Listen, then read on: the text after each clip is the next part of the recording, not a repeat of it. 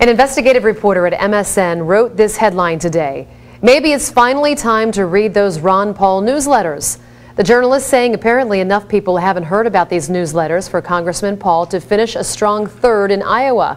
We are way ahead of that reporter.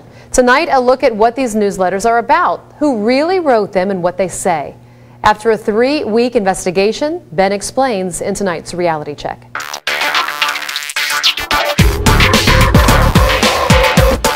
The talk of Ron Paul's racist newsletters has been all over the news for the past few weeks and seemed to dominate all of the congressman's interviews. They were called the Ron Paul Report.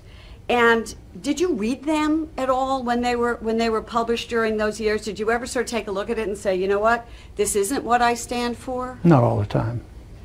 But you did read them. Not all the time. So what about these newsletters is true? And what is the rest of the media not telling you? Maybe because they haven't bothered to look. Starting as far back as 1976, Congressman Paul published a newsletter. It had gone by several names: the Ron Paul Political Report, the Ron Paul Freedom Report, the Ron Paul Investment Letter, among others. So what does Congressman Paul say back in 1995 about the newsletter? Along with that, I also put out a political type of business investment newsletter. It sort of covered all these areas.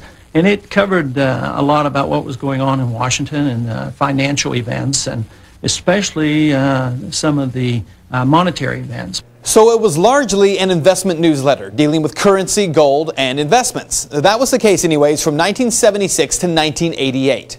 Over the course of those 144 editions, no racist content. Now, to understand this story, you have to look at the timeline. In 1984, Paul lost his seat in Congress when he made an unsuccessful run for the Senate. In 1985, he went back to Texas to continue to practice medicine full-time as an OB/GYN. His return to politics as congressman was in 1996.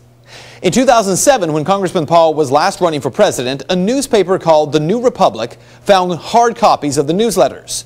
And these, they reported, were filled with racist, anti-homosexual, and conspiracy-oriented content. So let's talk content.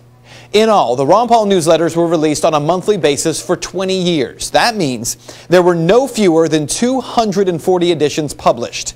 There are a total of 20 editions of the Ron Paul newsletters, which have passages or sections of racist, bigoted, or anti-homosexual language, as well as conspiracy theories. Now, since the conspiracy theories aren't really the issue here, let's stay on focus and talk about the racist passages. The way the New Republic newspaper stacks it, the total number of newsletter editions with racist passages is not 20, but actually 9 newsletters. So let's take a look at those 9. I told you that Congressman Paul first left Congress at the beginning of 1985. The first racist passage shows up in October of 1990. The next month, in November of 1990, a reference to David Duke, even though the content of that newsletter was not necessarily racist. The following month, in December of 1990, the author attacks Martin Luther King Jr. And then in February of 1991, another newsletter has passages trashing Dr. King's legacy. So what we have here, racist passages show up from October of 1990 to February of 1991, 4 out of 5 consecutive months. But those aren't all of the racist passages. A lapse goes by of about 15 months.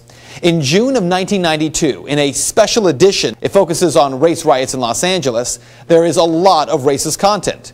1 month later, in the very next edition, there's writing about black rage. And the final report where we see racist tones is 6 months later in a passage about the disappearing white majority. So did Ron Paul write these newsletters? He says he didn't. In 2007, the libertarian magazine Reason cited an anonymous source close to the 2008 Paul campaign. That source attributes much of the content from these newsletters to Lou Rockwell. Rockwell, whose name appears on the newsletters under the title of contributing editor, told the New Republic that he did not write the controversial articles. He said there were, though, 7 or 8 freelancers involved at various stages during his tenure. So here's what you need to know. Dr. Paul has said that he did not write the newsletters. He has disavowed them, but he also has said that he takes responsibility for the content because it was published under his name. And he should take that responsibility. But the more you look at these newsletters, the more questions come up. And as a journalist, one of my biggest questions is for the reporter who first broke the story in 1997. The most racist newsletter supposedly written by Dr. Paul is that 1992 special report. One blog attempted to prove that this newsletter was more than just passages, put PDF copies online of the entire 8-page newsletter. to prove the full content of Ron Paul's newsletter was racist. They put up full copies of all pages, except for page 8, the very last one. That page is cut off halfway through. Now, I found when researching this story that back in 1997, the original author of the New Republic article, James Kirchick, explained that most of the letters had no byline. Specifically, that none of the racist newsletters had a byline, except for one. One newsletter that contained the byline of someone else, not Congressman Paul. But Kirchick fails to disclose two very important things. Number one, whose name was in that byline, and number two, which article they wrote, only saying that the mystery writer wrote, quote, one special edition of the Ron Paul report. The only special edition I can find is the 1992 article. So does that mean the most racist evidence in these newsletters actually has someone else's name on it? I don't know. But I'd like to know one way or the other. Now, I have repeatedly tried to contact for 2 weeks the New Republic and James Kirchick to get an answer as to which special report had another author's byline. But I'm still waiting to hear back. And that is Reality Check. If you'd like to make your voice heard in the story, you can just head over to Ben's Facebook page. You can find it by simply searching Ben Swan, WXIX. Well,